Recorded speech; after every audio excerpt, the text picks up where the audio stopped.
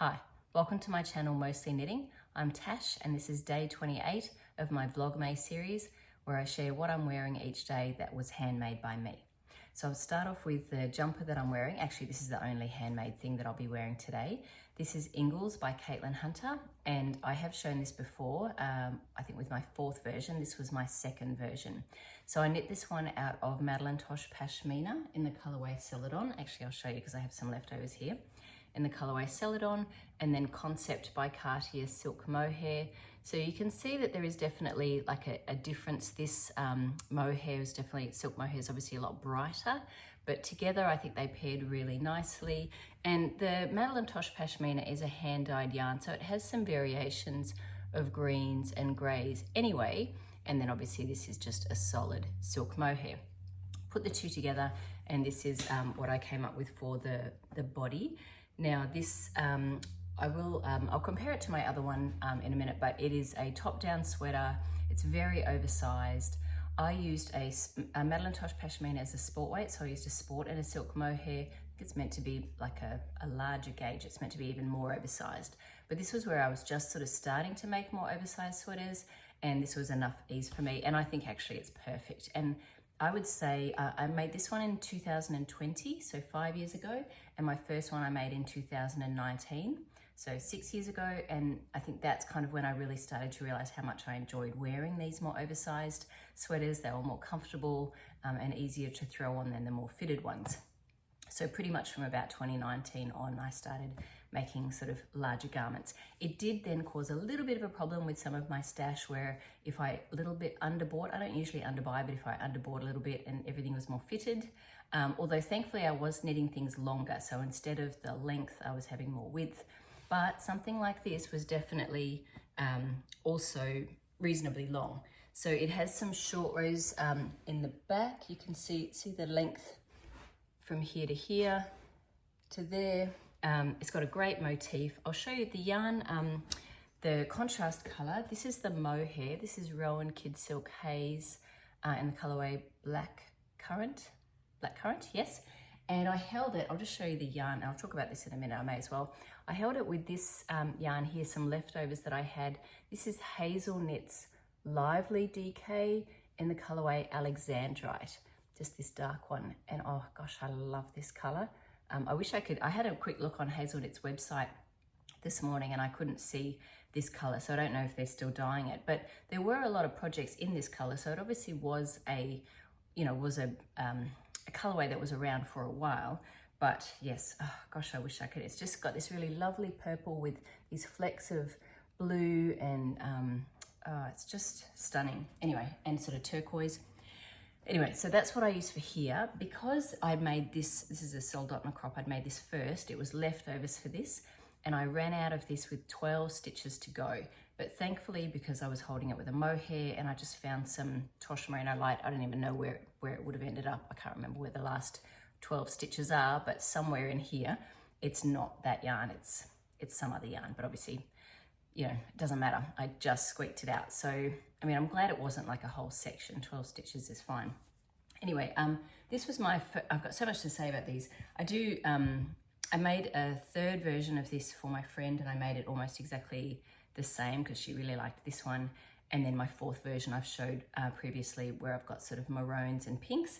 And interestingly enough, I used this same mohair. Yeah, I did, but a different main color. Anyway, I think I might have even used I think it's Tosh Merino Light, or maybe Tosh Air Light in the colorway Ruby Slippers, and I used that for the last 12 stitches.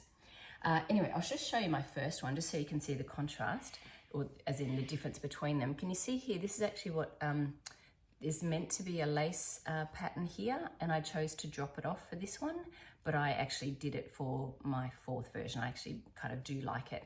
But the design itself is meant to have lace work here, here, and here, which I think is crazy because then you end up seeing all of the strands behind it. This one here I knit out of Sundara. This is my first one, Sundara Sport, and I only had 3 skeins, and they were about 330 meters each, so I only had 1,000 meters. So the sleeves are not as long as I would have liked. I ended up having to sort of taper them just to try to eke out as much yarn as I could, but the sleeves are definitely shorter than I would like.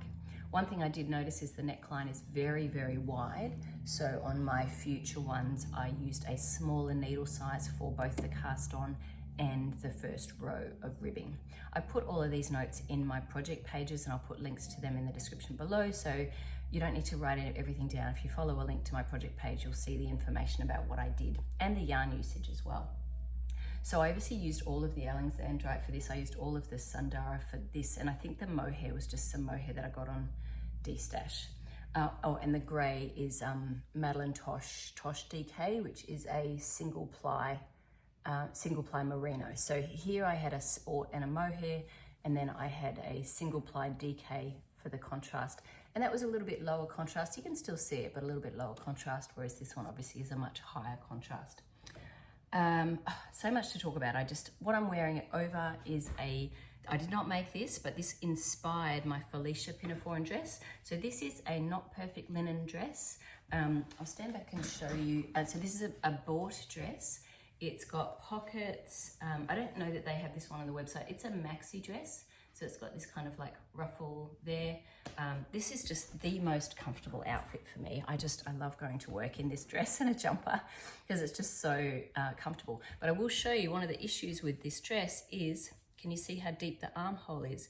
So I've just got a camisole on underneath it. So if I'm hot in the classroom and I need to take this jumper off, you can't see my bra strap or anything. I mean, that's substantial, right? Look how, I mean, that's a pretty high camisole, but still, there's my bra underneath. You definitely would see a bra.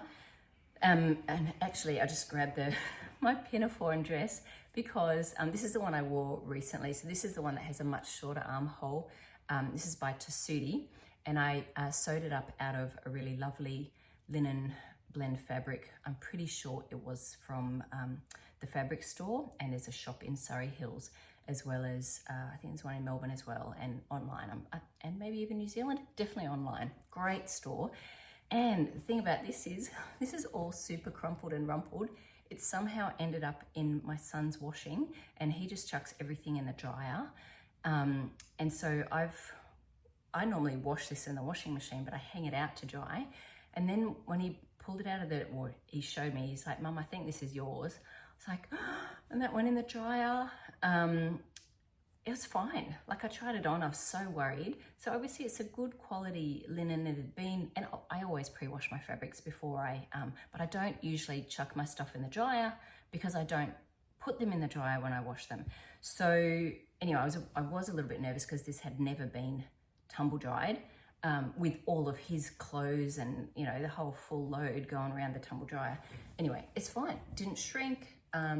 Probably the interfacing might be a little bit, well, actually it's not too bad. Anyway, I haven't given it an iron yet, but it seems okay. It definitely is not wrecked, so thank goodness. But that's probably my fault for it ending up in his wash. Means I probably left it on the bathroom floor. Anyway, that does happen every now and then. Right, I just thought I'd quickly, seeing I mentioned the Soldotna crop, let me, just quickly look it up. This was the first version that I made. It's very cropped, and actually I often wear it over this dress in better weather because then it sort of covers that little bit there, and it just gives me a little bit of extra coverage because this, I should just take this off. This is what the dress looks like. So if I get hot, I can take this off, but I do have this coverage like here, so you don't see my bra. But the Soldotna crop by Caitlin Hunter, actually. I think she's a bit more of a, what's the word? Like, she's a bit more of an artist than a true designer. Sometimes her, like, this is really, really high up in the neckline. So what did I use? Obviously I used, this is like a crazy quick pattern. I knit this in 2019. It's a DK weight colorwork. It's cropped. It obviously goes very, very quickly. I used Madeline Tosh. I think this is DK twist in the colorway Button Jar Blue. Like, I used up a lot of leftovers. That green is Cousteau. I think I ran out of the Button Jar Blue. Oh, I can see it's almost 10 minutes, so I better go. Thanks everyone for being here. We're almost to the end of May, and yeah, I'll see you tomorrow.